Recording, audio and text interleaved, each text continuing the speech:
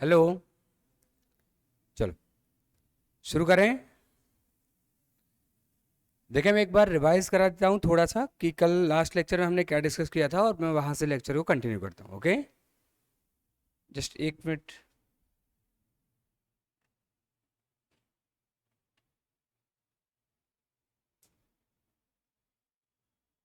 Okay, देखें, last lecture में PGP हमने सेक्शन कौन सा शुरू किया था? सेक्शन 36। तो मैं सेक्शन 36 को एक बार रिवाइज करा देता हूँ और फिर हम इसको लेके आगे डिस्कस करते। सबसे पहले पॉइंट हमने सेक्शन 36 में क्या डिस्कस किया था कि अगर आप क्या कराते हैं, स्टॉक का इंश्योरेंस कराते हैं, तो उसका प्रीमियम आपको अलाउ हो जाएगा। दूसरा पॉइंट हमने डिस्कस किया था कि आप अगर अपने एम्प्लॉय का हेल्थ इंश्योरेंस कराते हैं तो उसके लिए भी जो आप प्रीमियम भरेंगे वो भी क्या हो जाएगा, आपको अलाउ हो जाएगा। तीसरा पॉइंट था, अगर आप अपने एम्प्लॉय को बोनस या कमीशन देते हैं तो बोनस और कमीशन फर्म का, कंपनी का, एसएससी का एक्सपेंस माना जाएगा, प्रोवाइडेड कि उसका पेमेंट हो चुका हो। Because bonus and commission allow होते हैं सेक्शन 43B के की कंडीशंस के हिसाब से। और 43B बोलता है, 43B क्या बोलता है, जैसा मैं आपको समझाता हूं, एक मिनट। देखिए, सेक्शन 32, 37 बताते हैं कि कौन से एक्सपेंस अलाउ होंगे। ठीक है, जैसे हमने पढ़ा कि बिल्डिंग पे रेंट टैक्सेस अलाउ होगा, रिपेयर अलाउ होगा, फिर हमने पढ़ा डेप्रिसिएशन अलाउ होगा, बीच में हमने पढ़ा साइंटिफिक रिसर्च के संबंध में रेवेन्यू कैपिटल एक्सपेंडिचर अलाउ होगा। तो सेक्शन 32, 37 ही बताते हैं कि कौन से एक्सपेंस अलाउ होंगे। इसके बाद के जो सेक्शन है ना, वो अलाउंस के नहीं है, वो डिस अलाउंस के हैं। किसके हैं? डिस अलाउंस के हैं। और वो बताते हैं कि जो एक्सपेंस सेक्शन 30 और 37 के हिसाब से अलाउ होना चाहिए था वो कब डिसअलाउ कर दिया जाएगा। जैसे उसमें से एक सेक्शन है 43B, तो उसमें कुछ एक्सपेंसेस कवर हैं और वो बोलते हैं कि इन एक्सपेंस को अलाउ नहीं किया जाएगा अगर इनका एक्चुअल पेमेंट ना किया जाए। यानी कि आप एसएससी हैं, आप एक्रूअल बेसिस पे बुक्स बनाते हैं, तो भी आपको 43B सेक्शन में जो भी एक्सपेंस मेंशन है, जैसे इसमें मेंशन है गवर्नमेंट टैक्सेस वगैरह, आपको गवर्नमेंट के कोई टैक्सेस चुकाने हैं, जैसे कि म्युनिसिपल टैक्स चुकाना है, तो आपको म्युनिसिपल टैक्स अलाउ तो होगा। ये बात कौन बोलता है? सेक्शन 30। लेकिन अलाउ कब होगा? जब आप उसका पेमेंट कर दें। ये बात कौन बोलता है? Section 43B। ऐसे ही आपको इंटरेस्ट अलाउ होगा, बोनस या कमीशन अलाउ होगी, ये खर्चे अलाउ होंगे। ये बात तो सेक्शन 36 बोलता है कि अलाउ कब होंगे? जब आप उनका पेमेंट कर दें। ये बात 43B बोलता है। ठीक है, और 43B बोलता है कि अगर आपका कोई प्रीवियस ईयर है, ठीक है, अगर आपका कोई प्रीवियस ईयर है तो उस प्रीवियस ईयर के एक्सपेंस आपको उसी प्रीवियस ईयर में अलाउ हो जाएंगे। अगर आप उस एक्सपेंस को उस प्रीवियस ईयर के एंड तक पे कर देते हैं या नहीं कर पाते हैं, तो आप उस प्रीवियस ईयर के रिटर्न फाइलिंग की ड्यू डेट तक क्या कर लें? पे कर दें, तो भी आपको वो एक्सपेंस क्या हो जाएगा? 21-22 का एक्सपेंस आपको जो सेक्शन 43B में मेंशन है, वो एक्सपेंस आपको 21-22 में तब अलाउ होगा जब या तो उसको 21-22 में पे कर दें या 21-22 के रिटर्न फाइल करने की ड्यू डेट तक कर दें। तो इनमें कुछ पॉइंट हैं जो हमने डिस्कस किए। कौन सा डिस्कस किया हमने? कि बोनस कब अलाउ होता है? जब आप उसको पे कर दो। कब तक? रिटर्न फाइलिंग की ड्यू डेट तक। हमने डिस्कस किया था इंटरेस्ट ऑन बोरोइंग। अगर आपने कोई भी लोन लिया है, कोई भी बोरोइंग की है, कोई भी कैपिटल ली है अपने बिजनेस पर्पज से, तो उसका एक्सपेंस आपको इंटरेस्ट का अलाउ हो जाएगा। लेकिन जो एक्सपेंस अलाउ होगा वो किस बेसिस पे होगा? Only on actual payment basis पे ही अलाउ होगा, सेक्शन 43B। यानी आपको पेमेंट कब तक करना पड़ेगा? इस ईयर का इंटरेस्ट आप मैक्सिमम रिटर्न फाइल की ड्यू डेट तक पे कर सकते हैं, अलाउ हो जाएगा। लेकिन अगर जो है लोन लिया गया है वो किसी फिक्स एसेट को एक्वायर करने के, कंस्ट्रक्ट करने के लिए लिया गया है, तो जब तक कि उस फिक्स एसेट को आप पुट टू यूज नहीं कर देते तब तक का ब्याज क्या होता है? एसेट की कॉस्ट में ऐड कर दिया जाता है और अलाउ नहीं होता है। और उसके बाद का जो ब्याज है वो क्या होता है? रेवेन्यू नेचर माना जाता है और आपको अलाउ हो जाता है। इसके बाद हमने डिस्कस किया था जीरो कूपन बॉन्ड। तो जीरो कूपन बॉन्ड, सपोज आपने क्या किया है, 1000 की फेस वैल्यू वाला बॉन्ड आपने 400 में इशू किया है, जबकि उसका रिडेम्पशन कितने में होना है, 1000 में। तो कितने का डिस्काउंट आपने दिया है उस पर, 600 रुपए का, और बॉन्ड की लाइफ कितनी है, 6 साल। तो कंपनी ने इशू करते समय 400 रुपए लिए हैं, रिडेम्पशन पे 600 देगी, कंपनी को 1000 रुपए देगी, कंपनी को 600 का नुकसान है, लेकिन कितने सालों में है, 6 सालों में। तो ये पूरा अमाउंट 6 सालों में क्या होगा, थोड़ा थोड़ा P&L में चला जाएगा। तो डिवाइड बाय 6 करके हम क्या करेंगे, 100 रुपए हर एक बार P&L में डालेंगे। ठीक है।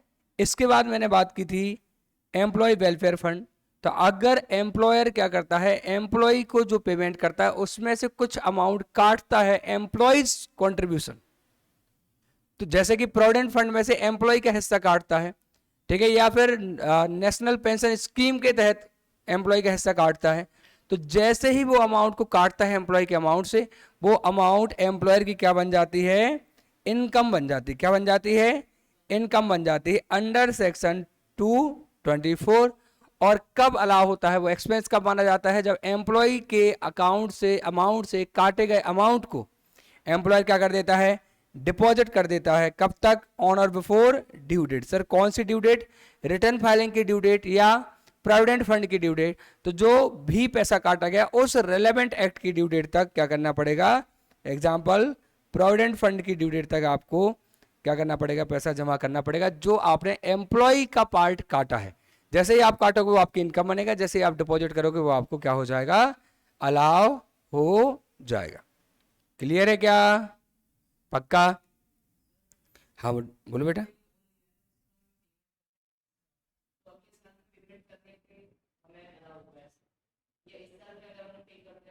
इस बार अलाउ हो जाएगा,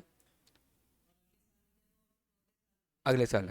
मैं 43B सेक्शन जब पढ़ाऊंगा तो बताऊंगा कि अगर इनका ये सवाल है कि सर मैंने एक लोन लिया, यहाँ पे मैंने कोई लोन लिया, उसका इंटरेस्ट मैं पे कर रहा हूँ, तो मैं कह रहा हूँ कि अगर आप इंटरेस्ट यहाँ तक पे कर दोगे तो अलाउ हो जाएगा, नहीं पे कर पाए तो आप यहाँ तक पे कर दो। तो भी यहाँ का जो इंटरेस्ट, इस ईयर का इंटरेस्ट आप अगर रिटर्न फाइलिंग तक भी पे कर दोगे तो भी अलाउ हो जाएगा। सर मैं यहाँ पे करूँ तो फिर वो आपको एक्सपेंस 22-23 में अलाउ हो जाएगा, 21-22 में नहीं होगा। 21-22 का एक्सपेंस, 21-22 का एक्सपेंस 21-22 में तब अलाउ होगा जब आप उसका पेमेंट या तो 21-22 में कर दें, कौन से एक्सपेंस जो 43B में मेंशन है ना, या तो 21-22 में पे कर दें या फिर 21-22 के रिटर्न फाइलिंग की ड्यू डेट तक। यानी आप नॉर्मल केस में 31 जुलाई तक अगर आप इंटरेस्ट का पेमेंट कर देते हो, कौन से ईयर का, 21-22 का इंटरेस्ट आप 31 जुलाई 22 तक भी पे कर देते हो तो भी 21-22 के रिटर्न में ही वो अलाउ हो जाएगा। सर मैं ड्यू डेट के बाद पे करूं तो फिर जिस ईयर में आप पे कर रहे हो, 22-23 में आप पे कर रहे हो ना, आपको वो एक्सपेंस कब अलाउ होगा, 22-23 में ही अलाउ हो पाएगा, 21-22 का। क्लियर है क्या? और मैं 43B बताऊंगा आपको, तो बिल्कुल और डिटेल बताऊंगा, मैं बिल्कुल बता दूं, मैं 43B पढ़ाऊंगा तो बताऊं, ठीक है। थोड़ी देर में हम आज के लेक्चर में या ज़्यादा से ज़्यादा कल के लेक्चर में 43B पढ़ेंगे। आगे बढ़े हम, देखते जाएं ध्यान से। ये हमने डिस्कस किया। इसके बाद आया था एक 7th पॉइंट जो हमने नहीं पढ़ा था, यहाँ से हम शुरू कर रहे हैं, छोटा सा पॉइंट है, इसी से पढ़ा देता हूँ आपको। Employer's contribution to notified pension scheme. Notified pension scheme section 80C/D में जो होती है इनकम टैक्स एक्ट के, उसको हम नोटिफाइड पेंशन स्कीम बोलते हैं, और उसी को हम नेशनल पेंशन स्कीम भी बोलते हैं, NPS। और उस नेशनल पेंशन स्कीम का नाम है अटल पेंशन योजना। तो हम क्या पढ़ रहे हैं, पहले तो ध्यान कर लो, हम पढ़ रहे हैं सेक्शन 36 की कौन कौन से एक्सपेंस अलाउ होंगे। तो जो एम्प्लॉयर क्या करता है, एम्प्लॉय की सैलरी के अलावा उसके अकाउंट में जो NPS के अकाउंट में, उसके अकाउंट में पैसे जमा कराता है, उसकी डिडक्शन भी किसको मिल जाती है, एम्प्लॉयर को मिल जाती है, लेकिन मैक्सिमम कितनी, तो उसकी सैलरी के 10% तक एम्प्लॉयर को जमा कराना है, डिडक्शन मिल जाएगी, एम्प्लॉयर को एक्सपेंस माना जाएगा। अगर वो 12% तक जमा कराता है तो 2% का एक्सपेंस अलाउ नहीं होगा, कितना अलाउ होगा, 10% तक होगा। सर वो 15% जमा करता है तो 10% तक अलाउ होगा, 5% का एक्सपेंस अलाउ नहीं होगा। एम्प्लॉयर अगर एम्प्लॉय के NPS में अपना कंट्रीब्यूशन देता है तो एक्सपेंस अलाउ होगा, लेकिन मैक्सिमम कितना अलाउड इज 10% ऑफ सैलरी। कितना 10% ऑफ सैलरी। और सैलरी का मतलब यहां होगा basic salary plus DNS allowance if it forms part of retirement benefit, जिसको हम कंडीशनल बोलते हैं। ये बात आपको सैलरी हेड में समझ में आ जाए। क्लियर है क्या? अगला पॉइंट है अलाउंस फॉर एनिमल्स। मैं आपको एक बार मॉड्यूल दिखाता जाऊं, आपको ऐसा ना लगे ब्लैंक की ये कौन से पॉइंट्स हैं, तो एक बार देखना ध्यान से। हम जो सेक्शन 36 डिस्कस कर रहे थे ये उसी के फर्दर पॉइंट्स हैं।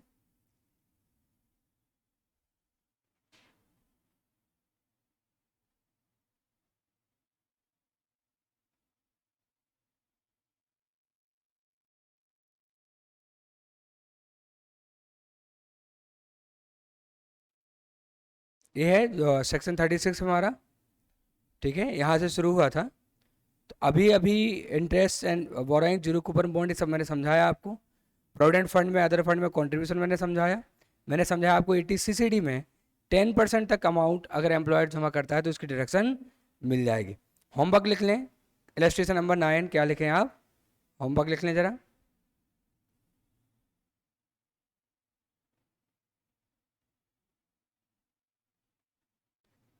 अगला पॉइंट है एक बेड डेट का, वो मैं समझाता हूँ। वो सबसे बड़ा और सबसे अच्छा पॉइंट है, ठीक है।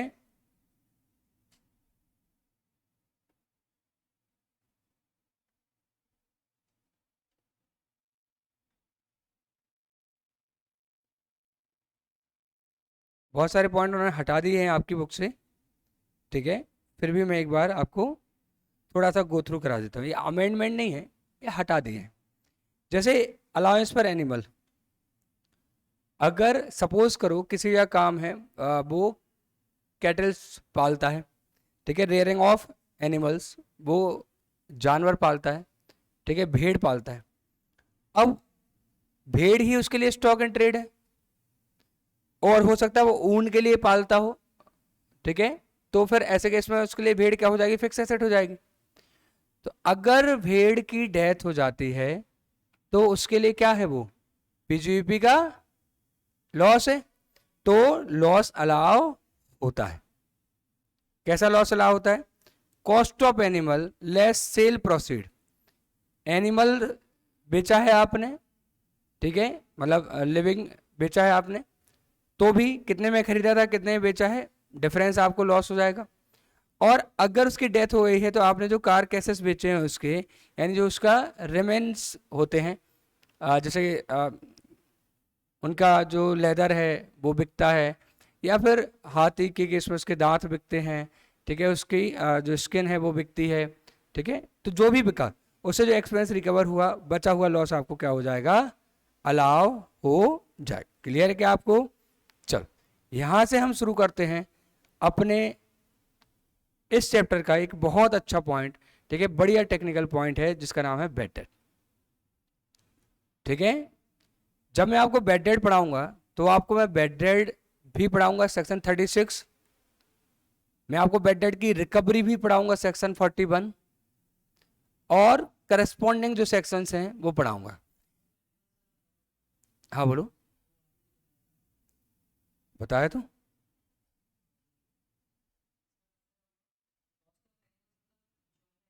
आपने एनिमल खरीदा, ठीक है, मान लो 20,000 रुपये का आया, हंट किया तो आपकी कॉस्ट ही नहीं लगी ना, फिर तो आपकी इनकम हुई ना उसको बेचने पे, ठीक है। मैं कह रहा हूँ आप कोई जानवर पाल रहे थे, उसकी डेथ हो जाती है, 20,000 रुपये में खरीदा था, अब उसके जो केयर केसेस बचे हैं, जो भी अवशेष बचे हैं, वो 2,000 रुपये में सेल होते हैं, तो आपको कितने का नुकसान हुआ, 18,000 का लॉस हुआ। तो लॉस आपको अलाउ हो जाए, ठीक है। क्लियर? ध्यान कहीं और था?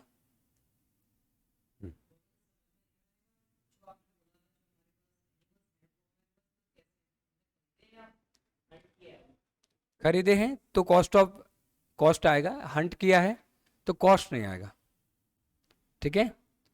चलो हम शुरू करें। बेडेड पॉइंट समझाऊं मैं आपको, बहुत ध्यान सुनना। देखना, मिस्टर ए है, एक सेलर है, उन्होंने 18-19 में क्या किया, गुड्स सोल्ड की, ठीक है, और उन्होंने एंट्री की डेटर टू सेल्स, कितने रुपए की, 10,000 की। अब जो सेल है वो P&L में क्रेडिट साइड इनकम दिखती है, और कॉस्ट ऑफ गुड्स सोल्ड है वो एक्सपेंस दिखता है, सही है, बोलो। तो 10,000 रुपये हमारे P&L में गया होगा, और किस बेसिस पे गया होगा, इनकम किस बेसिस पे टैक्सेबल होती है, अगर हम एक्रूअल बेसिस पे बुक्स ऑफ अकाउंट बना रहे हैं तो इनकम और एक्सपेंस एक्रूअल बेसिस पे ही टैक्सेबल होते हैं और अलाउ होते हैं, अनलेस कि साफ साफ कहा जाए कि इन एक्सपेंस या इनकम को केवल और केवल रिसीट बेसिस पे टैक्सेबल करें, ठीक है। तो आगे क्या हुआ, अब मैंने सेल किया और मैंने दिखाया 10,000 रुपए की इनकम, और मैंने जो परचेज किया, सपोज करो मैंने इसी को परचेज किया होगा कभी, कितने का, 8,000 का, इसको मैंने दिखा दिया होगा एक्सपेंस, सही है। तो परचेज मेरा एक्सपेंस और सेल्स मेरी इनकम 10,000 की, और इनकम मुझे रियलाइज हो गई या अभी मिलना बाकी है, मिलना बाकी है, लेकिन मैंने उसको इनकम किस बेसिस पे बना दिया, सेल हो चुका है तो एक्रूअल बेसिस पे मैंने इनकम बना दिया। अब अगर बाद में ये 10,000 रुपए क्या हो जाए, डूब जाए, तो बताओ क्या होगा, लॉस होगा, अलाउ होगा या नहीं होगा, होगा या नहीं होगा, एक्सपेंस अलाउ होगा, क्योंकि हमने दिखाया था कि 10,000 रुपए का माल बिक गया है, हमें फायदा होगा, तो हमने इसको इनकम दिखाया, जबकि हमारा पैसा रिकवर नहीं हुआ। तो जो हमने इनकम बुक की थी सेल्स नाम से, वो हमें क्या करनी है, रिवर्स करनी है, लेकिन इनकम रिवर्स नहीं होती, एंट्री क्या आएगी, बैड डेट टू डेटर, मतलब सेल हुई थी 10,000 की जिसका अब एक भी रुपए नहीं मिलना है, तो ये बैड डेट होता है, और ये हमें क्या हो जाता है, अलाउ हो जाता है अंडर सेक्शन 36(1)(7)। डिपार्टमेंट बोलता है अगर आपको बैड डेट हुआ है तो हम बैड डेट अलाउ करेंगे, provision for doubtful date allow नहीं करेंगे, क्योंकि प्रोविजन फॉर डाउटफुल डेट तो आपका ओपिनियन है, और आपको जब टैक्स नहीं देना होगा तो आप तो क्या बना लोगे, प्रोविजन फॉर डाउटफुल डेट। आप बैड डेट बोलो कि हमारा पैसा डूब गया तो हम आपको अलाउ करेंगे, और आपको प्रूव करने की जरूरत नहीं है, बस आप क्या करो, उस डेटर का नाम अपनी बुक से काट दो कि भाई ये पैसा हमारा डूब गया है, और डेटर का अकाउंट क्या कर दो, राइट ऑफ कर दो, हम आपको एक्सपेंस अलाउ कर देंगे। हमने कहा क्या मतलब, बोले देखो आप प्रोविजन बना के लाओगे तो प्रोविजन तो बनता है P&L account debit to provision for doubtful debt, ये हम अलाउ नहीं करेंगे, लेकिन अगर आप बोलते हो कि सर पैसा डूब ही गया, बेड डेड हुआ है, तो हम बेड डेड आपका अलाउ कर देंगे, आप डेटर का नाम अपनी बुक से काट दो। अब ऐसे में एसएससी डेटर का नाम अपनी बुक से नहीं काटता, क्यों, क्योंकि उसने डेटर का नाम काट दिया और डेटर को ये बात पता चल गई, तो जो आप बेड डेड का एक्सपेंस मांग रहे हो बेड डेड हो ही जाएगा, क्योंकि जब सामने वाले को ये पता चल गया कि आपको कोई उम्मीद ही नहीं है कि उससे पैसा मिल सकता है, तो फिर वो पैसे देने में गड़बड़ कर देगा, और आपने तो उसका नाम वैसे बुक से काट दिया, तभी आपको बेड डेड अलाउ करेंगे। तो डिपार्टमेंट ने बोला कि प्रोविजन अलाउ नहीं करा जाएगा, बेड डेड अलाउ किया जाएगा। बेड डेड कैसे अलाउ किया जाएगा, आपको कस्टमर का अकाउंट, आपको डेटर का अकाउंट राइट ऑफ करना पड़ेगा, हम अलाउ कर देंगे। तो चलो ये अलाउ हो जाएगा अगर बेड डेड हुआ, कौन से सेक्शन में, एक बार लाउड बोले, कौन से सेक्शन में अलाउ हो जाएगा, 36(1)(7) में अलाउ हो जाएगा। और अगर बाद में बेड डेड रिकवर्ड हो जाए तो बताओ क्या होगा, इनकम मान ली जाएगी, इनकम मान ली जाएगी अंडर सेक्शन 41 सबसेक्शन 4। कौन सेक्शन, 41 सबसेक्शन 4। ये क्लियर हुआ क्या, पक्का, मैं भी वापस समझाऊंगा। अब देखना इसी के पैरेलल चलता है, अगर मिस्टर ए सेलर हैं तो मिस्टर बी परचेजर हैं, इसी के पैरेलल कुछ और भी चलता है जो मैं आपको एक बार यहां समझा देता हूं।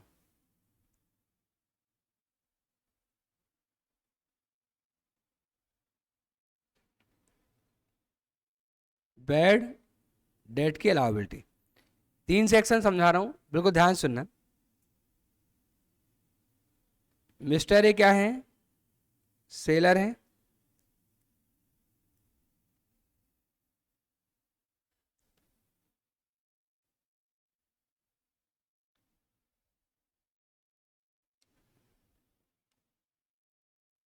उन्होंने क्या किया होगा, कुछ माल परचेज किया होगा और फिर उसको बेचा होगा। जब मिस्टर ए क्या करते हैं, सेल करते हैं, तो और जैसा मैंने लिया कि कितने रुपए की सेल, 10,000 रुपए की सेल, तो उन्होंने क्या एंट्री कर रखी होगी, डेटर टू सेल्स, कितने रुपए की, 10,000 की। और ये 10,000 रुपए उन्होंने सेल्स के नाम से क्या कर लिया है, इनकम बुक कर ली। किस बेसिस पर, एक्रूअल बेसिस पर। पैसे मिले या नहीं मिले, नहीं मिले। और उन्होंने अपनी परचेज जो की होगी उसको क्या दिखा दिया होगा, एक्सपेंस भी दिखा दिया होगा कि भाई सपोज मैंने 8,000 का माल खरीदा है और उसको 10 में बेचा है, 8,000 मेरा खर्च है और 10,000 मेरी इनकम, नेट कितना इफेक्ट आया होगा, 2,000। अभी परचेज को हम साइड करते हैं। ऐसे केस में अगर उनका पैसा रिकवर ना हो पाए और वो क्या हो जाए, ये मैंने लिया, कौन सा ईयर लिया था, कोई भी ले लेता हूं, शायद 18-19 लिया था पहले, ये 19-20 और ये 20-21 ले लेता हूं।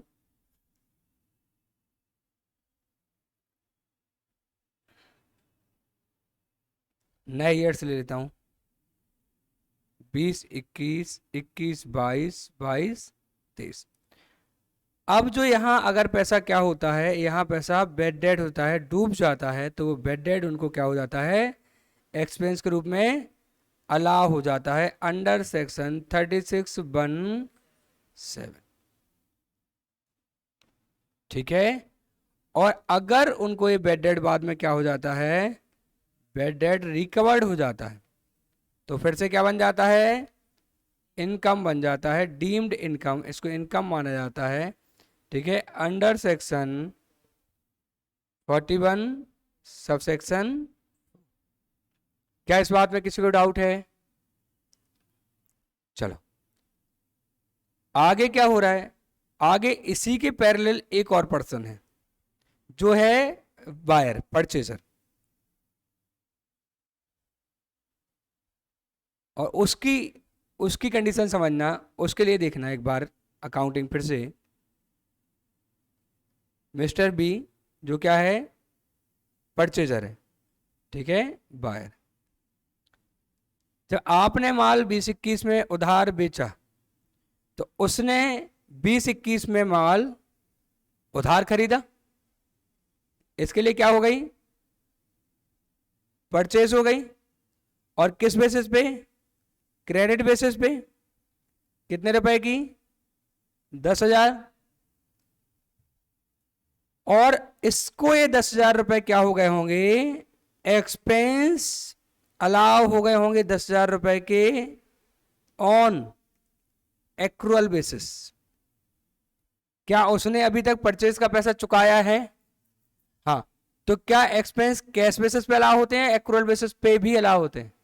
एक्रूअल पे ही अलाउ होते हैं, एक्सेप्ट वो एक्सपेंस जो 43 बी में लिखे हुए हैं, और बी में लिखा हुआ है कि टैक्स का एक्सपेंस तब अलाउ होगा, गवर्नमेंट ड्यूज तब अलाउ होंगे जब आप उसका पे कर दो।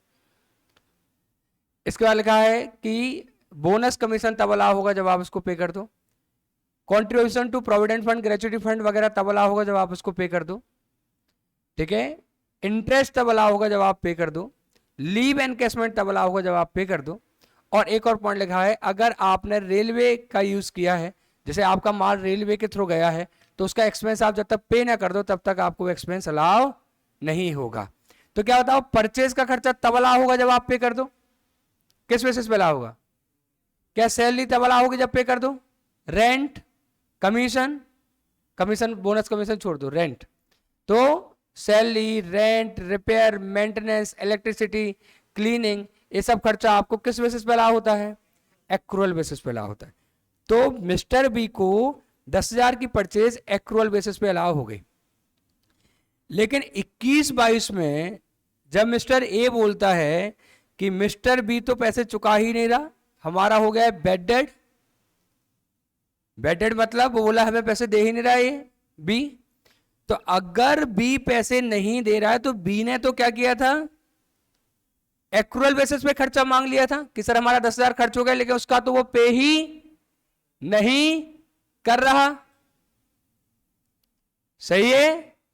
तो यहां क्या हो रहा है, उसको एक्सपेंस उसको उसकी एक ट्रेडिंग लायबिलिटी थी 10,000 रुपए की, क्रेडिटर को चुकाने थे उसको, जो उसको एक्रूअल बेसिस पे अलाउ कर दे गए, लेकिन बाद में वो उसका पेमेंट ही नहीं करता।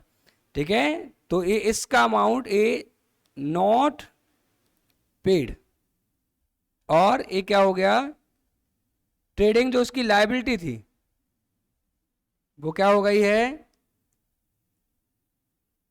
खत्म हो गई, चुका ही नहीं रहा वो, और सामने वाले ने बैड डेट दिखा दिया।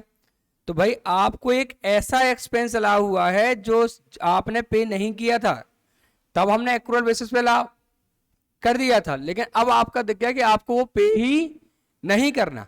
बताओ मैं 10,000 का सामान परचेज करके लाऊं लेकिन मुझे कभी 10,000 ना चुकाने पड़े, तो क्या मेरा एक्सपेंस है? भाई मैं आज 10,000 का सामान लेके आऊं लेकिन मुझे अगले साल 10,000 चुकाने हैं, तो मेरा एक्सपेंस है भाई, आज नहीं चुकाऊंगा कल चुकाऊंगा। लेकिन अगर मुझे वो 10,000 कभी ना चुकाने पड़े, तो जब मेरी जेब से 10,000 गए नहीं तो मेरा एक्सपेंस कैसे होगा? लेकिन एक्सपेंस तो मुझे ऑलरेडी कौन से ईयर में, 2021 में अलाउ हो चुका है। तो सेक्शन 41 सबसेक्शन 1 बोलता है कि अगर आपको कोई एक्सपेंस अलाउ हो गया था और बाद में आपको उसका पेमेंट ना करना पड़े, तो फिर वो आपकी क्या बन जाएगा, इनकम बन जाएगा। तो इसको हम बोलेंगे डीम्ड इनकम। क्या बोलेंगे? Deemed income under section 41(1). अगर आपको बेड डेट अलाउ हो जाए और बाद में रिकवर हो जाए तो वो भी इनकम बनेगा, लेकिन वो कौन से सेक्शन का बनेगा? 41(4). और आपको कोई एक्सपेंस चुकाना था जो एक्रूअल बेसिस पे अलाउ हो जाए और आप उसको नहीं चुकाते हैं, आपकी कोई ट्रेडिंग लायबिलिटी थी जो अब आप वेव ऑफ कर दी जाती है, रेमिट कर दी जाती है, माफ कर दी जाती है, या आप नहीं चुकाते हैं, तो अगर वो एक्सपेंस आपको अलाउ हुआ है तो अब वो आपकी इनकम बनेगा। आपको कोई लॉस हुआ था जो आपको अलाउ हो गया था, मान लो इंश्योरेंस, कोई आपका स्टॉक जल गया था, उसका लॉस आपको अलाउ हो गया था, बाद में आपको इंश्योरेंस क्लेम मिल जाता है, तो चूंकि वो लॉस रिकवर हो गया, वो आपकी क्या बन जाएगा? इनकम बन जाएगा। ये सारी बातें कहां लिखी हैं? सेक्शन 41 सबसेक्शन 1 में। 41(4) में केवल बेड डेट रिकवरी लिखा है, बाकी सारे फायदे कहां आए हैं? 41(1) में आए। तो अगर आपकी आउटस्टैंडिंग सैलरी थी, अलाउ हो गई और बाद में आपको सैलरी पे ना करना पड़े, तो इनकम बन जाएगी कौन से सेक्शन में? 41(1). आपको क्रेडिट बेसिस पे परचेज अलाउ हो जाए लेकिन बाद में आपको उसका पेमेंट ना करना पड़े, वो डीम्ड इनकम बन जाएगा अंडर सेक्शन 41(1). ठीक है, आपको स्टॉक में आग लग जाती है, लॉस हो जाता है, लॉस अलाउ हो जाता है, बाद में आपको क्लेम मिल जाए, तो क्या बनेगा? आपकी इनकम अंडर सेक्शन 41(1). तो देखना, जहां इनको ऊपर बेड डेट अलाउ होगा वहीं पे इसको क्या होगा? इसको इनकम माना जाएगा, क्योंकि इसको पेमेंट नहीं करना पड़ा। लेकिन बाद में अगर ये पेमेंट कर देता है, यानी कि मिस्टर ए का क्या हो जाता है? बेड डेट रिकवर हो जाता है, तो उनकी इनकम बन जाएगा, और ये बाद में पेमेंट कर देता है, ठीक है, तो फिर इसको क्या हो जाएगा? फिर से एक्सपेंस क्या हो जाएंगे? अलाउड हो जाएंगे, इसको एक्सपेंस अलाउ कर दिए जाएंगे। यहां मैंने आपको 3 सेक्शन बताए। बेड डेट का एक्सपेंस कहां अलाउ होता है? सेक्शन 36(1)(7). प्रोविजन बेसिस पे या actual bed date? Provision allow होता है या नहीं होता है? नहीं होता। एक्चुअल बेड डेट अलाउ होता है। बेड डेट प्रूव करने की जरूरत नहीं है, आपको बस डेटर का नाम अपने बुक से राइट ऑफ करना पड़ेगा। क्या ये बात क्लियर है आपको? पक्का? बाद में बेड डेट रिकवर्ड होता है तो कौन से सेक्शन में टैक्सेबल होता है? 41(4). क्लियर है क्या ये बात? आपका बेड डेट है तो किसी ने तो चुकाना था, जिसने नहीं चुकाया, तो उसको परचेज क्रेडिट बेसिस पे अलाउ हो गई थी, लेकिन बाद में उसको पेमेंट नहीं करना पड़ा, तो वो जो एक्सपेंस उसको अलाउ हो गया था, अब वो क्या बन जाएगा? उसकी इनकम बन जाएगा अंडर सेक्शन 41 सबसेक्शन 1। तो हमने 3 सेक्शन डिस्कस करे, 36(1)(7) बेड डेट का, 41(4) बेड डेट रिकवरी का, और 41(1) कि जिसको पेमेंट करना था परचेज के अगेंस्ट और एक्सपेंस अलाउ हो गया, उसने वो पेमेंट नहीं किया है, उसके लिए वो क्या बन जाएगा? इनकम बन जाएगा। प्लीज कोई डाउट है पूछें। एक्सपेंस सेक्शन 37 में आ जाते हैं सारे, ठीक है, अगर अनलेस कोई स्पेसिफिक सेक्शन हो। ठीक है, जैसे आपने इतना पढ़ लिया 36 के हम आखिरी चल रहे हैं, लेकिन आपने ये नहीं पढ़ा कि सैलरी अलाउ होगी। क्या अलाउ नहीं होती सैलरी का एक्सपेंस? बिल्कुल होता है। आपने कहीं पढ़ा कि क्लीनिंग का खर्चा अलाउ होगा, इलेक्ट्रिसिटी का, अकाउंटिंग, ऑडिटिंग, तो अलाउ नहीं होता है?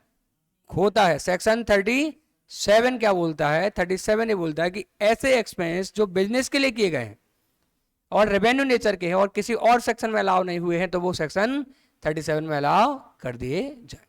तो सारे अलाउ होते हैं। किसी के लिए स्पेसिफिक सेक्शन है, अगर उसको समझाना पड़े, और जिनको समझाने की जरूरत नहीं है उनको नॉर्मली अलाउ कर दिया जाता। क्या ये बात समझ आ गई आपको? चलो अब देखना ध्यान से।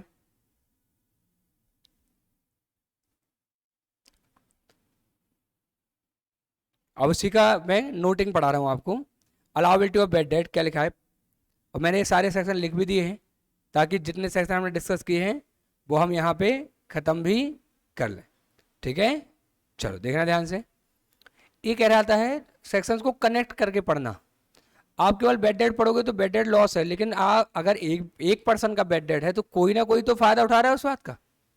तो मेरा लॉस है तो किसी और की तो इनकम होना ही चाहिए। इसीलिए मैंने आपको ये पैरेलल पढ़ा कि भाई इसका अगर बेड डेट है तो इसकी क्या होगी, ट्रेडिंग लायबिलिटी नॉट पेड है, इसके लिए इनकम मानी चाहिए।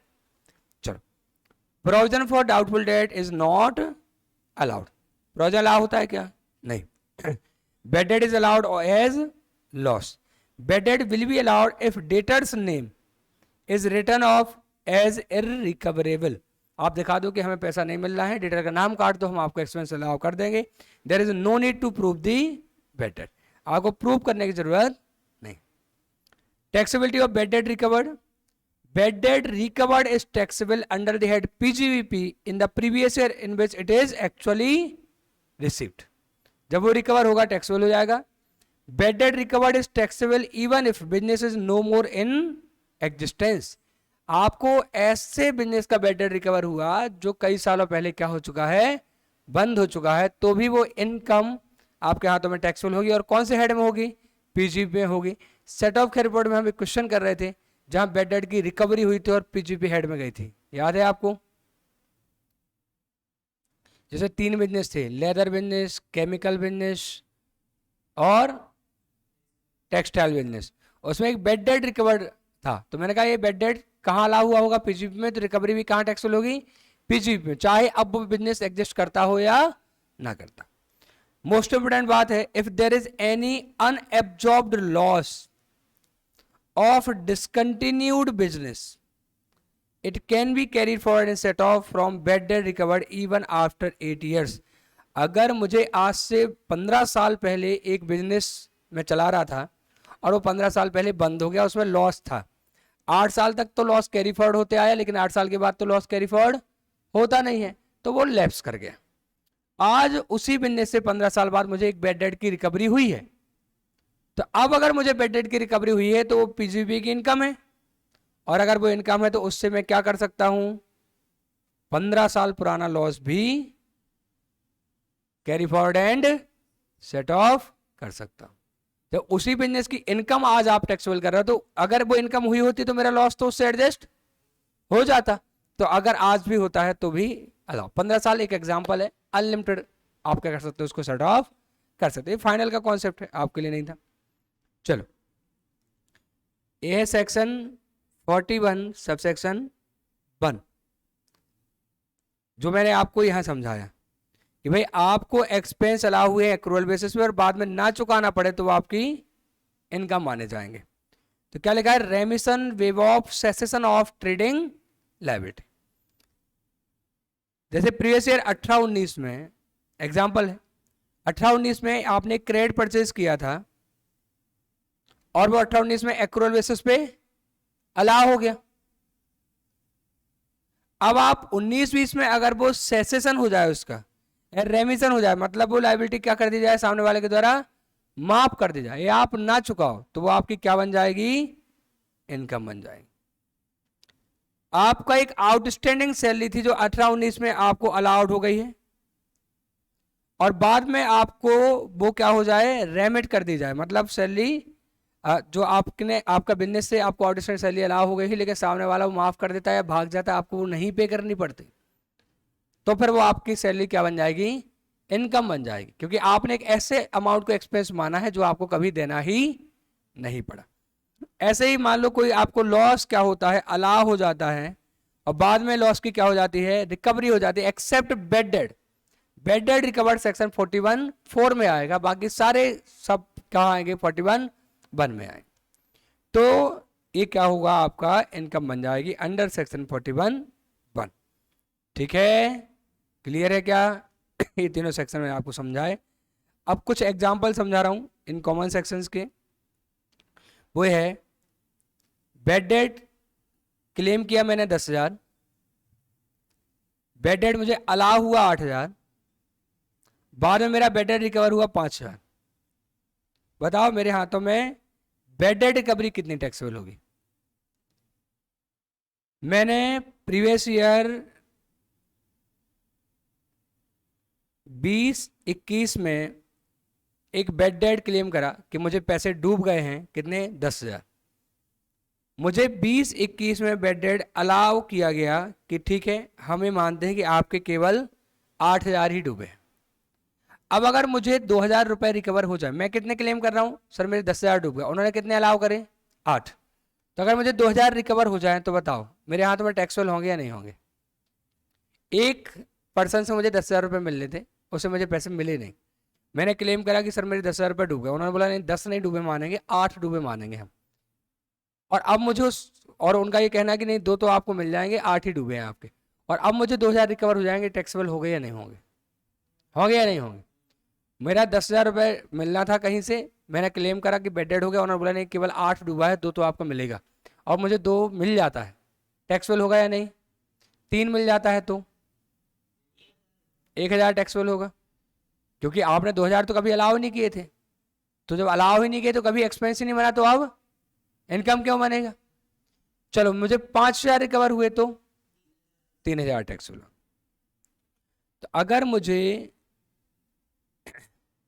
21-22 में बेड डेड रिकवरी होती है 5,000, तो क्या होगा, बेड डेड रिकवर्ड 5,000, तो 2,000 नॉट अलाउड, पहले अलाउ ही नहीं हुए थे, तो नॉट अलाउड अर्लियर,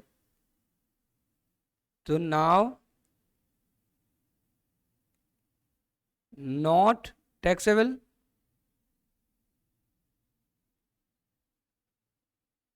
लेकिन बचे हुए जो मुझे अलाउ हो गए थे उनकी रिकवरी होगी तो टैक्सेबल होंगे। तो कितने टैक्सेबल होंगे, 3। अगर मुझे पूरे 10,000 रिकवर हो जाए तो 8,000 टैक्सेबल हो, मुझे 1,000 रिकवर हो तो कुछ नहीं, 2,000 हो तो 3,000 हो तो 1,000। जो खर्चा अलाउ ही नहीं हुआ वो तो आप ही बोल रहे थे कि मिल जाएगा, वो मिल गया तो अब क्या है ना, वो तो खर्च ही नहीं माना आपने, जो अलाउ हुआ है उसमें से रिकवर होगा तो टैक्सेबल कर दें। क्या ये बात क्लियर हुई आपको? पक्का? बेडेड रिकवरी के पॉइंट के बाद, ठीक है, ये आपका बेडेड का पॉइंट खत्म हुआ। इसके बाद आता है एक heading, expense on family planning bye a company. अगर एक कंपनी अपने एम्प्लॉय के बीच में फैमिली प्लानिंग को प्रमोट करती है, उनको उसके रिगार्डिंग क्या कराती है, अवेयर कराती है, तो जो भी खर्च करेगी वो कंपनी को अलाउ हो जाएगा। जबकि आप ऐसा कह सकते हैं कि वो एक्सपेंस कंपनी के बिजनेस से रिलेटेड नहीं है, लेकिन वो एक्सपेंस उसको तब भी क्या हो जाएगा, अलाउ हो जाएगा। तो देखना ध्यान से, सेक्शन 36(1)(9), लेकिन ये एक्सपेंस केवल कंपनी को ही अलाउ होगा, expense on family planning by company. तो this section is only for company SSC. Expense should be for promoting awareness regarding family planning among employ. तो family planning expense revenue nature का हो सकता है या फिर कैपिटल नेचर का expense हो सकता है। रेवेन्यू नेचर का होता है, आप क्या करते हो, कोई किसी लेक्चरर को बुलाते हो, किसी स्पीकर को बुलाते हो, किसी डॉक्टर को बुलाते हो, ठीक है, आप क्या करते हो, उनसे आप उनके सेमिनार कंडक्ट कराते हो, शिविर लगाते हो, ताकि फैमिली प्लानिंग के संबंध में एम्प्लॉय के अमंग नॉलेज स्प्रेड किया जा सके, है ना, कि बच्चे दो ही अच्छे। तो जो भी रेवेन्यू एक्सपेंस होगा वो 100% अलाउ हो जाएगा in the year of expense. लेकिन अगर कैपिटल एक्सपेंडिचर होगा तो फिर वो एक्सपेंस आपको 1/5 करके 5 सालों में क्या किया जाएगा, अलाउ किया जाएगा। फिर से बोलो, कौन सा एक्सपेंस है, फैमिली प्लानिंग के ऊपर। कौन कर रहा है, कंपनी। कंपनी के अलावा कोई और कर रहा है तो अलाउ नहीं होगा। कंपनी कर रही है तो दो तरीके खर्चा हो सकता है, रेवेन्यू एक्सपेंस और कैपिटल। रेवेन्यू एक्सपेंस जो किया है आपने फैमिली प्लानिंग के संबंध में अवेयरनेस फैलाने के लिए अपने एम्प्लॉय के बीच, तो वो आपको रेवेन्यू एक्सपेंस एक ही बार में 100% अलाउ हो जाएगा।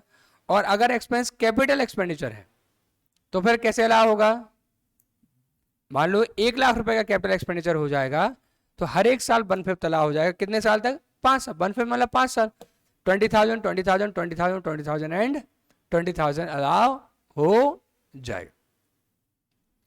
एक और एक्सपेंस आपने पढ़ा था जो 5 सालों में 1/5 अलाउ होता था,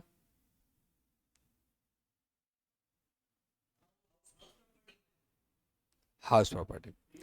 और आप इसी चैप्टर में और दो सेक्शन पढ़ोगे, 35D प्रिलिमिनरी एक्सपेंस कितने सालों में अलाउ होता है, 5 सालों में। और 35DDA वॉलेंटरी रिटायरमेंट जो होता है ना, BRS स्कीम के तहत एम्प्लॉय को हटाया जाता है, ठीक है, बोलते हैं कि वॉलेंटरी जा रहे हैं वो, तो उसके केस में उनको वॉलेंटरी रिटायरमेंट के समय जो भी कंपेंसेशन दिया जाता है ऑर्गेनाइजेशन के द्वारा, एम्प्लॉयर के द्वारा, वो एक्सपेंस भी कितने सालों में अलाउ होता है, 5 सालों में अलाउ होता है। ये बात मैं आराम से बताऊंगा आपको, ठीक है। कौन कौन से दो और बोले मैंने, प्रिलिमिनरी एक्सपेंस कितने सालों में अलाउ होता है, 5 सालों में। और वॉलेंटरी रिटायरमेंट स्कीम के तहत जो पेमेंट किया जाता है एम्प्लॉय को, वो भी 5 सालों में अलाउ होता है। ओके, देखना ध्यान से। आगे हम पढ़ेंगे deduction of security transaction tax paid, 36(1)(15). देखना ध्यान से, जो सिक्योरिटी ट्रांजैक्शन टैक्स है वो चुकाया जाता है सिक्योरिटी, जैसे कि इक्विटी शेयर, डिवेंचर या बॉन्ड के खरीदने और बेचते समय दोनों टाइम। आप अगर शेयर खरीद रहे हो और कोई शेयर बेच रहा है तो आपको भी एसटीटी लग रहा होगा और उसको भी एसटीटी लग रहा होगा। आपने सुना है सिक्योरिटी ट्रांजैक्शन टैक्स के बारे में, हम कैपिटल गेन में पढ़ते हैं सिक्योरिटी ट्रांजैक्शन टैक्स, ठीक है। जरूरी कैपिटल गेन में ही पढ़ना हो, कैपिटल गेन पीसीपी कहीं भी हो सकता है। जब रिकॉग्नाइज स्टॉक एक्सचेंज पे, कहां पर, रिकॉग्नाइज स्टॉक एक्सचेंज पे ट्रांजैक्शन किया जाता है सेल का या परचेज का, किस चीज की, सिक्योरिटी का, तो सिक्योरिटी ट्रांजैक्शन टैक्स पेबल होता है, जो कि हमारे लिए क्या हो गया, एक तरीके से एक्सपेंस हो गया। मैं शेयर खरीद रहा हूं तो मुझे एसटीटी चुकाना पड़ेगा, मैं शेयर बेच रहा हूं तो भी मुझे एसटीटी चुकाना पड़ेगा। अब जो शेयर मैं खरीद रहा हूं, बेच रहा हूं, वो शेयर मेरे लिए कैपिटल एसेट भी हो सकते हैं और वो मेरे लिए स्टॉक इन ट्रेड हो सकते हैं। अगर वो मेरे लिए कैपिटल एसेट है, यानी मेरा शेयर खरीदने बेचने का काम नहीं है, मैं तो कभी कभी शेयर खरीदता बेचता हूं, तो मेरे लिए क्या हो गया, कैपिटल एसेट। और अगर मेरा काम ही ट्रेडिंग करने का है तो वो शेयर मेरे लिए क्या हो गए, स्टॉक इन ट्रेड। तो अगर वो कैपिटल एसेट होंगे तो एसटीटी कौन से चैप्टर में जाएगा, कैपिटल गेन चैप्टर में जाएगा। और वहां साफ साफ लिखा है कि STT shall not be allow, STT का खर्चा अलाउ नहीं किया जाएगा। और जिन शेयर के खरीदने बेचने पर एसटीटी लगता है उनके केस में अगर शॉर्ट टर्म कैपिटल गेन होता है तो जहां शॉर्ट टर्म कैपिटल गेन पे स्लैब लगता है जो कि 30% तक जा सकता है, वो केवल कितना लगता है, 15% की रेट से टैक्स लगता है। अगर लॉन्ग टर्म कैपिटल गेन होता है तो जो लॉन्ग टर्म पे नॉर्मली 20% लगता है, लेकिन अगर आपने रिकॉग्नाइज स्टॉक एक्सचेंज पे शेयर खरीदे बेचे हैं और एसटीटी चुकाया है तो कितना कैपिटल गेन लगता है, 10% लगता है। यानी आपने अगर क्या किया है, equity shares recognise stock exchange पे बेचे हैं और उसके बेचते खरीदते समय क्या चुकाया, एसटीटी चुकाया है। और शॉर्ट टर्म कैपिटल गेन हुआ तो 15% टैक्स, लॉन्ग टर्म हुआ तो 10, जबकि नॉर्मली शॉर्ट टर्म पे कितना लगता है, स्लैब रेट। और स्लैब कहां तक जा सकता है, 30। तो 30 का आधा हम कितना ले रहे हैं आपसे, 15, क्योंकि आपने क्या चुकाया है, एसटीटी चुकाया है। और लॉन्ग टर्म की रेट नॉर्मल क्या होती है, 20, और 20 का आधा 10, हम आपसे 10 लेंगे अगर आप क्या चुकाते हो, एसटीटी। लेकिन एसटीटी का खर्चा अलाउ नहीं करेंगे। अब ये बात मैं कैपिटल गेन में आपको ठीक से समझाऊंगा। पीजीपी में क्या है, पीजीपी में अगर आप एसटीटी चुकाते हो, आपका कोई शेयर है, आप उसके के सेल पर एसटीटी चुकाते हो, तो एसटीटी का खर्च माना जाएगा। और सपोज करें आपने क्या किया है, एक शेयर को आपने सेल किया और सेल हुआ है 100 में और उस पर एसटीटी लग गया 1, तो बताओ आपको कितने बचे? हाँ, और माइनस करेंगे आपकी कॉस्ट, मान लो है 90, तो कितने का प्रॉफिट माना जाएगा? 9 रुपए का माना जाएगा। तो पीजीपी में क्या होता है, STT paid shall be allowed under head PGP. ठीक है, एसटीटी पेड क्या कर दिया जाता है, अलाउ कर दिया जाता है। जबकि अगर अगर जो एसटीटी चुकाया गया है वो ऐसी सिक्योरिटी पे चुकाया गया जो आपके लिए क्या है, कैपिटल एसेट है, तो एक कैपिटल गेन चैप्टर में जाएगा और एसटीटी अलाउ नहीं होता है। कैपिटल एसेट पे एसटीटी अलाउ नहीं होता है, स्टॉक एंड ट्रेड पर एसटीटी अलाउ होता है। ठीक है, और अगर स्टॉक एंड ट्रेड है तो वो कहां आ जाएगा, पीजीबीपी में आ जाएगा। क्लियर है क्या? पक्का? कोई डाउट तो नहीं है आपको? एसटीटी की ही तर्ज पे एक और एक्सपेंस होता है जिसका नाम होता है सीटीटी, कॉमोडिटी ट्रांजैक्शन टैक्स। जैसे आप शेयर खरीदते बेचते हो और टैक्स लगता है, वैसे ही अगर आप डॉलर खरीदते बेचते हो, आप ग्रेन्स खरीदते बेचते हो, आप गोल्ड खरीदते बेचते हो, ठीक है, तो इनकी ट्रेडिंग कहां पे होती है, कॉमोडिटी एक्सचेंज पे होती है। कहां पे होती है, कॉमोडिटी एक्सचेंज पे। तो आप जब कॉमोडिटी को कॉमोडिटी एक्सचेंज पे ट्रेड करते हो तो कॉमोडिटी ट्रांजैक्शन टैक्स लगता है, और सिक्योरिटी को ट्रांजैक्शन करते हो तो सिक्योरिटी ट्रांजैक्शन टैक्स लगता है। सही है? तो प्रोविजन सेम है। अगर वो कॉमोडिटी आपके लिए कैपिटल एसेट है, यानी आप गोल्ड खरीद रहे हैं बेच रहे हैं, गोल्ड बताओ, और आप व्यापारी नहीं है गोल्ड के, तो फिर गोल्ड आपके लिए क्या है, कैपिटल एसेट है। आप गोल्ड बार, गोल्ड की बिस्किट खरीद रहे हैं बेच रहे हैं, ठीक है, जिसको हम बुलियन बोलते हैं, जिसका कोई देखो ज्वेलरी बोलते हैं जिसको कोई शेप देते हैं, और केवल गोल्ड रखा हो ईट के फॉर्म में तो उसको हम बोलते हैं बुलियन। तो आप अगर कॉमोडिटी एक्सचेंज में कॉमोडिटी खरीद बेच रहे हैं तो वो आपके लिए कैपिटल एसेट भी हो सकती है और वो आपके लिए स्टॉक एंड ट्रेड भी हो सकती है, आप गोल्ड के व्यापारी भी हो सकते हो। तो अगर स्टॉक एंड ट्रेड के रूप में आप कॉमोडिटी को खरीद बेच रहे हैं तो उस पर जो सीटीटी लगेगा वो अलाउ होगा, लेकिन अगर आप कैपिटल एसेट के रूप में खरीद बेच रहे हैं तो उस पर जो सीटीटी लगेगा वो अलाउ नहीं होगा। पीजीपी में अलाउ नहीं होगा या कैपिटल गेन में अलाउ नहीं होगा, कैपिटल गेन चैप्टर में ही अलाउ नहीं होता।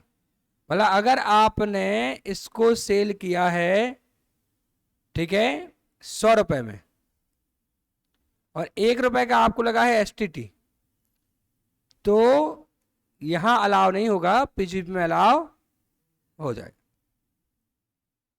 ठीक है, और इसकी कॉस्ट अगर आप हटाते हो, मान लो इसकी 90 है, इसकी 90 है, तो यहां 10 रुपए का कैपिटल गेन निकलेगा और 9 रुपए का क्या निकलेगा, पीजीबीपी।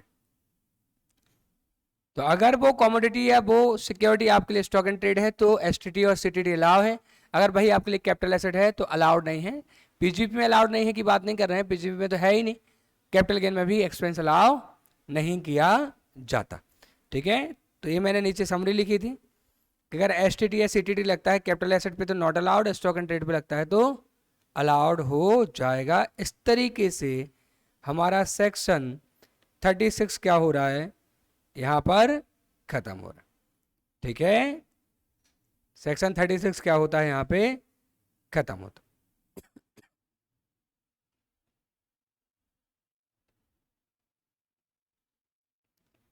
अब सर जब आप इसके क्वेश्चन आंसर लगाओगे ना तभी आपके दिमाग में बैठेगा। अभी तो बस क्या हो रहा है, कंप्लीट हो रहा है, तो जैसे हमें नॉलेज मिल रहा है कि अच्छा ये एक्सपेंस अलाउ होगा नहीं होगा, ये पेमेंट बेसिस पे अलाउ होगा, बस।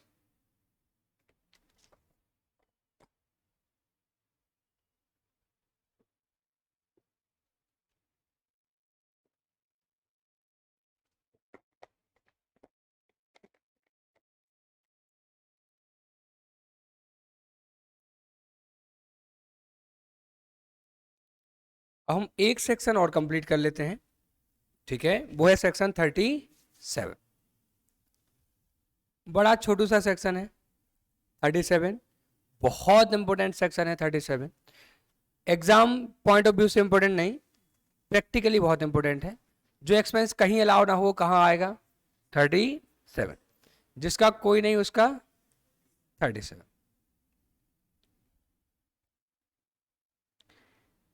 क्या लिखा हुआ है देखना ध्यान से। Any expense will be allowed under head PGP if it satisfy following conditions. कोई भी खर्चा अगर व्यापार के लिए किया गया होगा तो वो पीजीपी हेड में अलाउ हो जाएगा। बस इतनी बातें ध्यान रखनी है कि expense is not covered under section 32-36। अगर 32-36 कवर होगा तो 32-36 सेक्शन में लागू हो जाएगा, फिर 37 में क्यों आ रहे हो आप? तो एक्सपेंस 32-36 में कवर नहीं होना चाहिए। और एक्सपेंस किस नेचर का होना चाहिए? रेवेन्यू नेचर का होना चाहिए, क्योंकि कैपिटल नेचर के एक्सपेंस अलाउ ही नहीं होते अनलेस अदरवाइज स्पेसिफाइड। तो मैंने आपको बताया था पीसीपी की शुरुआत में कि रेवेन्यू नेचर के एक्सपेंस और इनकम टैक्सेबल होते हैं और कैपिटल नेचर के एक्सपेंस और इनकम का कुछ नहीं होता अनलेस की कुछ और कहा जाए। अब जैसे अभी हमें कहा गया कि फैमिली प्लानिंग पे अगर कैपिटल एक्सपेंडिचर करोगे तो उसकी डिडक्शन हम आपको 1/5 दे देंगे, अदरवाइज हमें नहीं अलाउ होता और उसका हम कुछ कर भी नहीं सकते। खर्चे सेक्शन 30 से 36 तक कवर ना हो, किस नेचर के होने चाहिए? रेवेन्यू नेचर के होने चाहिए, और एक्सक्लूसिवली किसके लिए किए गए हों? बिजनेस पर्पज के लिए किए गए हों, तभी तो बिजनेस में अलाउ करेंगे। और not personal expense, personal expense नहीं होना चाहिए तो वो एक्सपेंस अलाउ हो जाएंगे। जैसे एग्जांपल पे rent, electricity, cleaning, transport expense, advertisement, audit, accounting, tax consultancy fees, etc. क्या ये एक्सपेंस हमने अभी तक पढ़े? हम सारे एक्सपेंस पढ़ चुके हैं, हम आखिरी सेक्शन पढ़ रहे हैं एक्सपेंस का। और मैंने आपको मॉड्यूल से एक एक पॉइंट बताया कि देखो ये हेडिंग ये है, फिर मैंने आपको नोट से पढ़ाया। ठीक है, इसका मतलब हमें हेडिंग ही नहीं मिली ऐसी तो कोई। तो सारे एक्सपेंस अलाउ होते हैं जो 30 से 30। चार कंडीशन बताओ क्या क्या चार कंडीशन पूरी करनी है? Section not covered under section 32-36, 30 से लेके 36 तक कवर ना हो। दूसरा, रेवेन्यू नेचर का हो। तीसरा, एक्सक्लूसिवली बिजनेस पर्पज से किया गया हो। और चौथा, पर्सनल नेचर का ना हो तो वो अलाउ हो जाएगा। ठीक है, इसके संबंध में दो छोटे छोटे नोट हैं, वो आप रीड करें। मैं आपको पढ़ा रहा हूं और फिर मैं आपको समझाता हूं। Note 1, expense on CSR activity not allowed.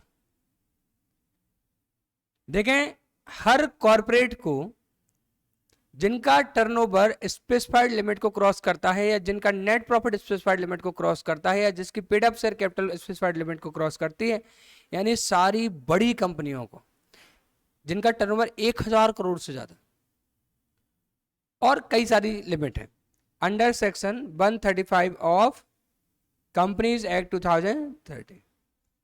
तो जो भी बड़ी एंटिटीज होती हैं उनको अपने नेट प्रॉफिट का 2% amount corporate social responsibility, corporate की समाज के प्रति जिम्मेदारी है, उसके तहत खर्च करने पड़ेंगे। अब उसके तहत आप क्या कर सकते हो? उसके तहत आप रोड बनवा सकते हो उस एरिया में जहां आपकी फैक्ट्री चल रही है। आपकी समाज के प्रति रिस्पॉन्सिबिलिटी क्यों? क्योंकि आपकी जो फैक्ट्री है वो कहीं ना कहीं से कोई ना कोई रॉ मटेरियल इस्तेमाल कर रही है। आप लकड़ी इस्तेमाल कर रहे हैं, कोयला इस्तेमाल कर रहे हैं, तो आप जब कोयले निकाल रहे हैं तो उससे कहीं ना कहीं एनवायरनमेंट को पॉल्यूशन हो रहा है, डिग्रेडेशन हो रहा है। उसका इफेक्ट आपको नहीं पड़ रहा है, उसका इफेक्ट सभी को पड़ रहा है। तो आप तो सबको नुकसान पहुंचा के अपना फायदा कमा रहे हैं, तो आपको सभी के लिए काम करना होगा। इसलिए आपको नेट प्रॉफिट का 2% समाज के ऊपर खर्च करना पड़ेगा, कॉर्पोरेट सोशल रिस्पॉन्सिबिलिटी। आप रोड बनवा सकते हैं, आप हॉस्पिटल्स बनवा सकते हैं, ठीक है, आप क्या करा सकते हैं? स्कूल बनवा सकते हैं। जैसे कि बिरला के स्कूल हैं, श्लोक नाम से स्कूल चलते हैं उनके, ठीक है, वो उनकी कॉर्पोरेट सोशल रिस्पॉन्सिबिलिटी है, वो उनके खुद के एम्प्लॉय के बच्चों के लिए भी चलते हैं और आम जनता के लिए भी चलते हैं। ठीक है, तो आप हॉस्पिटल्स बनवा सकते हैं, रोड बनवा सकते हैं। ठीक है, आप क्या कर सकते हैं? प्लांटेशन करा सकते हैं, है ना, उसी एक्सपेंस के अमाउंट से। देखो, तो आपको ये खर्च करना पड़ता है। अब मैं यहाँ क्या बता रहा हूँ? मैं यहाँ ये बता रहा हूँ कि एक असैसिन ने क्या किया, एक असैसिन ने ये किया कि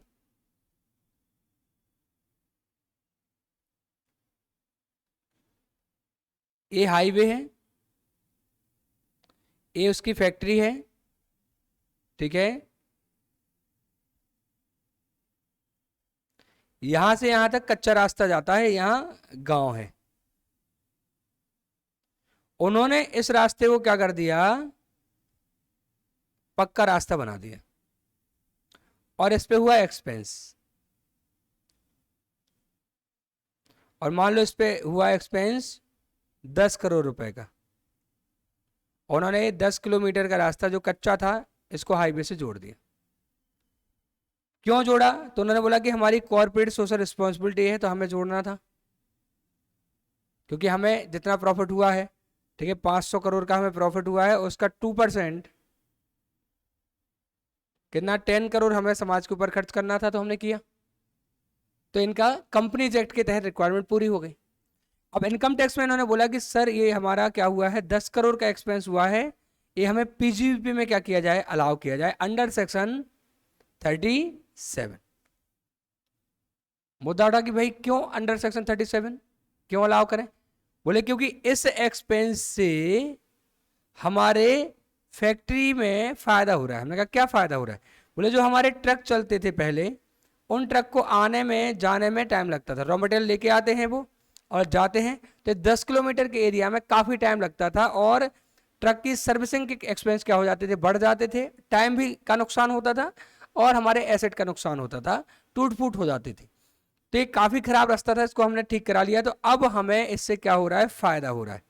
हमने कहा आप 37 में क्यों मांग रहे हो, उन्होंने बोला कि सर इस सेक्शन 30 से लेके 36 तक कहीं कवर भी नहीं है।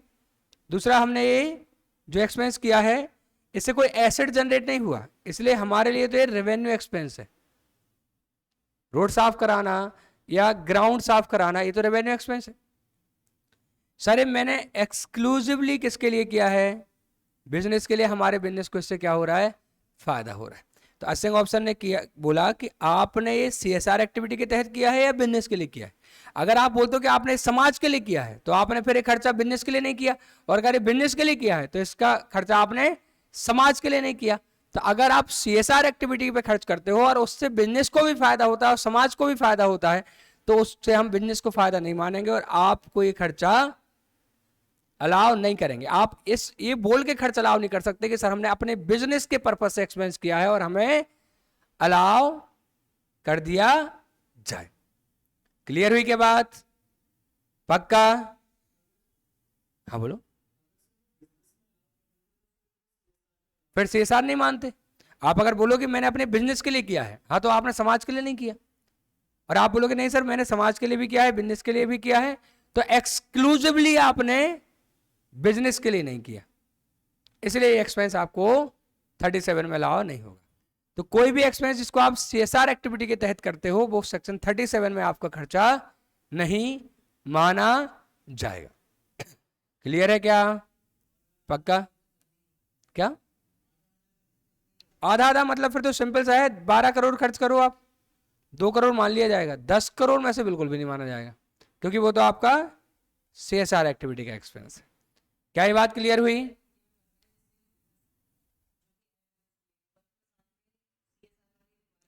हाँ, तो अलाउ नहीं होगा।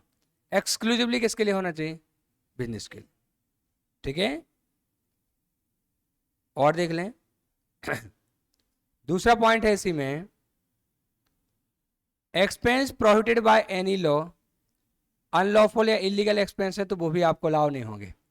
जैसे कि आप क्लेम करते हो कि सर मुझे एक टेंडर लेना था और टेंडर लेने के लिए मुझे रिश्वत देनी पड़ी और रिश्वत लग गई है मुझे 10 लाख रुपए की, लेकिन जो टेंडर मिला है उससे मुझे प्रॉफिट होगा बाद में 80 लाख रुपए तक का प्रॉफिट होगा मुझे, तो ये 10 लाख रुपए की रिश्वत भी अलाउ कर दो। मैंने कहा कौन से ग्राउंड पर, तो बोला सेक्शन 37 में। मैंने कहा क्यों, बोले ये सेक्शन 30 to 36 तो कवर है नहीं। दूसरा, ये क्या है, रेवेन्यू नेचर की है, मैंने अपने टेंडर लेने के लिए की है। तीसरा, ये एक्सक्लूसिवली क्यों की है, मैंने बिजनेस के लिए की है और इससे मेरा पर्सनल कोई लेना देना नहीं है। तो क्या ये चारों कंडीशन पूरी करता है सेक्शन 37 की, बोलो ध्यान से, क्या रिश्वत का एक्सपेंस 30 to 36 कवर है? नहीं। क्या रेवेन्यू नेचर का है? हाँ। क्या बिजनेस के लिए किया गया है? हाँ। क्या पर्सनल नेचर है? नहीं। तो ये एक्सपेंस क्या हो जाना चाहिए? अलाउ हो जाना चाहिए। इसलिए सेक्शन 37 ने साफ साफ मना किया है कि ऐसा एक्सपेंस जो अनलॉफुल है, क्या है ये? अनलॉफुल है, या फिर इलीगल है, या फिर प्रोहिबिटेड बाय लॉ है, वो खर्चा हम आपको अलाउ नहीं करें, वो एक्सपेंस आपको अलाउ नहीं किया जाएगा। क्या ये बात भी क्लियर है आपको? बोलो, क्लियर है? तो अगर आप अपने बिजनेस में टेंडर लेने के लिए रिश्वत देते हो, अलाउ होगा या नहीं होगा? फार्मास्यूटिकल कंपनीज, फार्मा कंपनी क्या करती हैं? एमआर को भेज के डॉक्टर्स के पास फ्री मेडिसिन देती हैं। उनका एक्सपेंस है फार्मा वालों का या नहीं है? लेकिन ये expense medical association of India की तरफ से क्या है? अनलॉफुल है। क्यों अनलॉफुल? कि आप फ्री दवाई दोगे डॉक्टर को, तो डॉक्टर तो पेशेंट को वही दवाई लिखेगा ना जो उसके पास फ्री में है, क्योंकि उसको क्या होगा? कंसल्टेंसी फीस भी मिलेगी और दवाई का पैसा भी बचेगा। इसीलिए फार्मा कंपनी को साफ साफ मना है कि आप डॉक्टर्स को फ्री बीज, उनको बोलते हैं फ्री बी, ठीक है, फ्री बीज, आप फ्री बीज नहीं दे सकते, मना है आपको। तो अगर एक फार्मा कंपनी क्या करती है? डॉक्टर को फ्री में दवाइयां बांटती है, तो वो एक्सपेंस अलाउ होगा या नहीं होगा? नहीं होगा। जबकि फार्मा कंपनी क्लेम कर सकती है कि सर मैं अपने बिजनेस के लिए दवाइयां बांट रहा हूं, ताकि मेरा बिजनेस, मेरी दवाइयों का क्या हो? एडवर्टीजमेंट हो, और एक्सक्लूसिवली बिजनेस के लिए कर रहे हैं, लेकिन तब भी अलाउ नहीं होगा, क्योंकि ये क्या है? अनलॉफुल है। क्या है? अनलॉफुल। तो कोई बिजनेस के लिए एक्सपेंस है लेकिन अनलॉफुल या इलीगल है, तो वो अलाउ नहीं किया जाएगा। क्लियर है क्या ये बात? पक्का? चलो, तो इस तरीके से ये लिखा है, देखो, inadmissibility of expense incurred on in providing freebies to medical practitioner by pharmaceutical and allied health sector industry, allow होगा या नहीं होगा? नहीं। डिसअलाउंस ऑफ सीएसआर एक्सपेंडिचर, जो सीएसआर का खर्चा है वो भी आपको अलाउ नहीं किया जाएगा। क्लियर है क्या?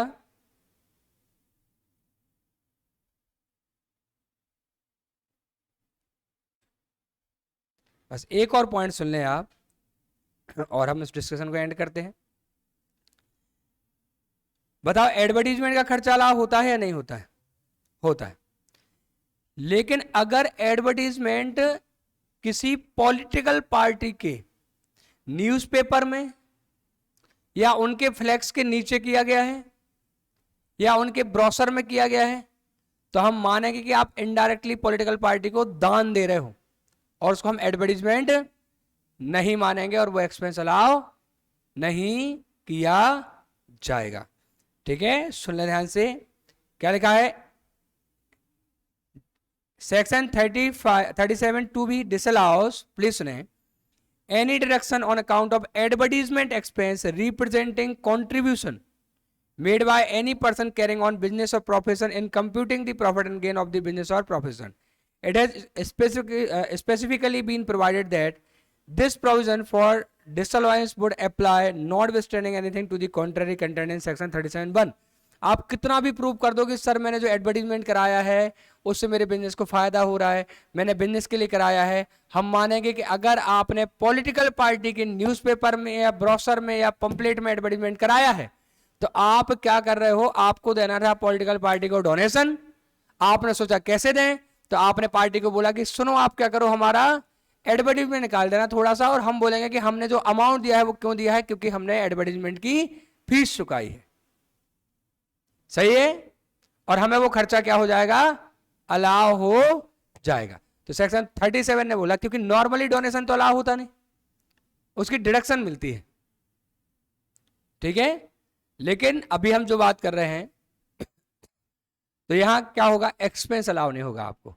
अगर आप न्यूज़पेपर नॉर्मली निकलवाते हैं, दैनिक भास्कर में अलाउ होगा, टाइम्स ऑफ इंडिया में अलाउ होगा, मैगजीन में अलाउ होगा, कहीं भी आप दीवार पे एडवर्टीजमेंट कराते हैं अलाउ होगा।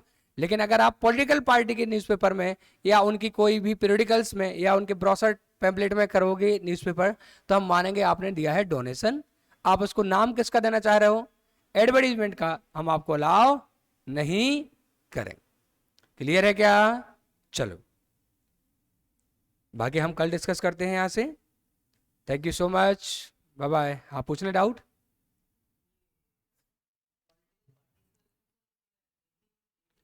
ATGGB ATGGC में अलाउ हो जाएगा, PGP में अलाउ नहीं होगा। लास्ट में जाके डिडक्शन मिलेगी, लेकिन डिडक्शन पे ना कंडीशन लगती है कि कितनी डिडक्शन मिलेगी, ठीक है, और वो कभी टोटल इनकम से ज्यादा नहीं निकल सकती, जबकि एक्सपेंस इनकम से ज्यादा निकल सकता है। तो अगर आप 10 करोड़ रुपए का डोनेशन दे रहे हो और आपका नेट प्रॉफिट आप 2 करोड़ दिखा रहे हो, तो आपको तो क्या हो जाएगा, 2 करोड़ का प्रॉफिट माइनस 10 करोड़ का एडवर्टीजमेंट एक्सपेंस, 8 करोड़ का लॉस कैरी फॉरवर्ड हो जाएगा। लेकिन अगर इसको हम 10 करोड़ के एडवर्टीजमेंट को हम एक्सपेंस ना माने, तो आप क्या क्लेम करोगे, डोनेशन की डिडक्शन ATGGB और ATGGC में, तो वो तो टोटल इनकम से ज्यादा कभी हो ही नहीं सकते, तो आप मैक्सिमम 2 करोड़ ही क्लेम कर पाओ। ठीक है, तो जब मैं आपको पॉलिटिकल पार्टी के डोनेशन की डिडक्शन पढ़ाऊंगा ATGGB GGC, तब मैं आपको ये चीजें समझाऊँ। ओके चलो, thank you so much, bye bye. और हम GST शुरू करते हैं 6:30 से, ठीक है? हाँ 7:30 से।